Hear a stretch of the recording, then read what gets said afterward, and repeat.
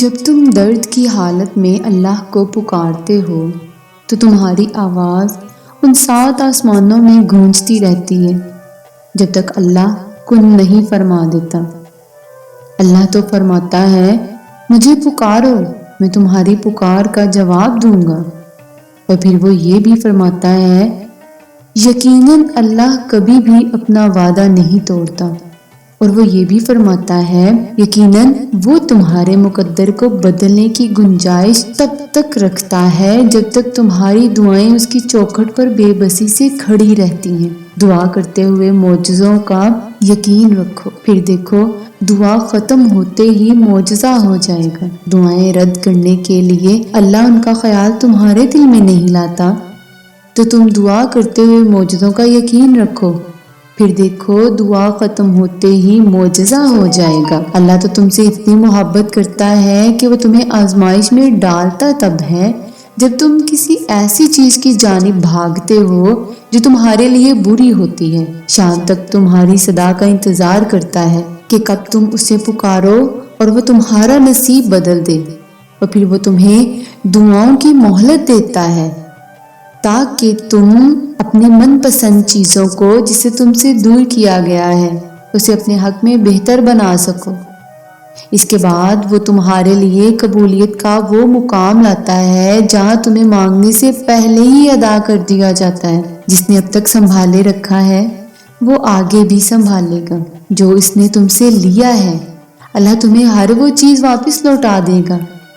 جب اللہ تمہیں آزمائش کے اس مقام پر لے آتا ہے جہاں ہر حد سے گزر جاتا تمہارے لیے ناممکن ہوتا ہے، وہ جلت میں فرماتا ہے اس آزمائش کے بعد تمہارے قبولیت کا وہ مقام ہے جہاں تمہیں مانگنے سے پہلے ہی عطا کر دیا جائے گا۔ جسے اس کی مصلحتیں سمجھنا تمہارے بس کی بات نہیں، بالکل ویسے ہی اس نے تمہاری مدد کے وسیلے بھی وہاں سے بنا رکھے ہیں جو تمہاری سوچ سے باہر ہے۔ یقین رکھو یا نہ رکھو، اللہ کی تعبیر تمہارے دیکھے ہوئے خوابوں سے بہت بہتر ہوتی ہے، اور یہ مت دیکھو کہ تمہارے بس میں کیا ہے، بلکہ یہ دیکھو کہ جس سے مانگ رہے ہو اس کے بس میں کیا نہیں ہے۔ اور جب تم اور تمہاری نیت صاف ہوتی ہے نا، تم کسی کام کو کرنے کی ٹھان لیتے ہو تو کائنات کی ساری طاقتیں متحرک ہو جاتی ہیں اور پھر خود تمہاری مدد کرتی ہیں۔ جس نے زخم دیا ہے اس پر مرہم بھی لگائے گا، اور اللہ سے مدد مانگ کر کوئی بھی کبھی بھی یار و مددگار نہیں رہا۔ وہ جانتا ہے کہ تم تک تمہاری پسند کو کب اور کیسے پہنچانا ہے۔ جو تمہیں دیر لگ رہی ہے وہ اصل میں تمہاری جلد بازی ہوتی ہے۔ اللہ تمہیں جلد ہی اس طرف سے آزاد کر دے گا جس کی تکلیف تمہیں بے چین کیے ہوتی ہے، اس سے بڑھ کر عطا کرے گا جو تم چاہتے ہو، وہی کو تمہارے حق میں بہتر بنا دے گا جو تم مانگتے ہو۔ صبر مشکل ہے، بہت مشکل ہے، لیکن اس کی تعبیر بہت خوبصورت ہے۔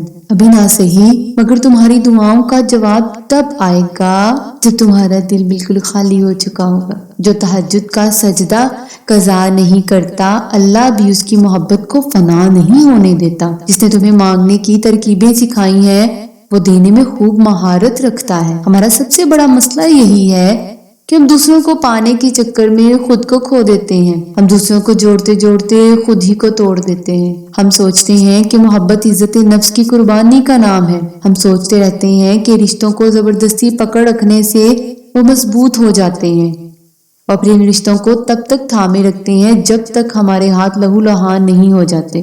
ہم یہ کیوں نہیں سوچتے کہ ہمیں مکمل ہونے کے لیے کسی کے سہارے کی ضرورت نہیں بلکہ خود کی ضرورت ہے۔ ہمارا سکون ہم میں ہے۔ جس نے آپ کو قبول کرنا ہوتا ہے وہ آپ کو تمام عیبوں کے ساتھ قبول کر لیتا ہے، اور جس نے نہیں کرنا ہوتا وہ آپ کو آپ کے لاکھ اچھائیوں کے بعد بھی ٹھکرا ہی دیتا ہے۔ تو پھر کسی کا بھی انتظار کیوں کرنا؟ گزرے وقت کو بھلا کر آگے بڑھو اور خود سے محبت کرنا سیکھو۔ ہر کھوئی ہوئی چیز واپس مل جاتی ہے مگر خود کو کھو کر پانا بہت مشکل ہے۔ تو کوشش کرو کہ جو دوسروں کو دے دینا خود بھی اس سے محروم نہ رہو۔ اگر وہ چیز کا خیال تمہارے ذہن میں سے نہیں نکال رہا تم چاہتی ہو تو جان لو کہ دعا قبول ہو چکی ہے۔ یہ ذرا سی دیری تو بس ملاقات کا بہانہ ہے۔ وہ تمہارے لیے انہی دعاؤں کو وسیلہ بنا دیتا ہے جن کی قبولیت کا تمہیں گمان بھی نہیں ہوتا۔ تمہیں تو تمہاری چاہت کا پتہ تب دیتا ہے جب تم اس کی چاہت تک پہنچ جاتے ہو۔ وہ تم پر تمہاری چاہت کے دروازے اس لیے بند کرتا ہے تاکہ اس کی بسی تمہیں اس کے دروازے تک لے آئے۔ اللہ تمہیں اپنی طرف بلاتا ہے جب تم اس کی طلب کے علاوہ ہر طلب سے لا تعلق ہو جاتے ہو، اور اس کی چاہت بس اتنی سی ہے کہ تم اسے ترجیح اول کرو۔ پھر وہ ہر آزمائش کو الوداع کر دیتا ہے۔ بے شک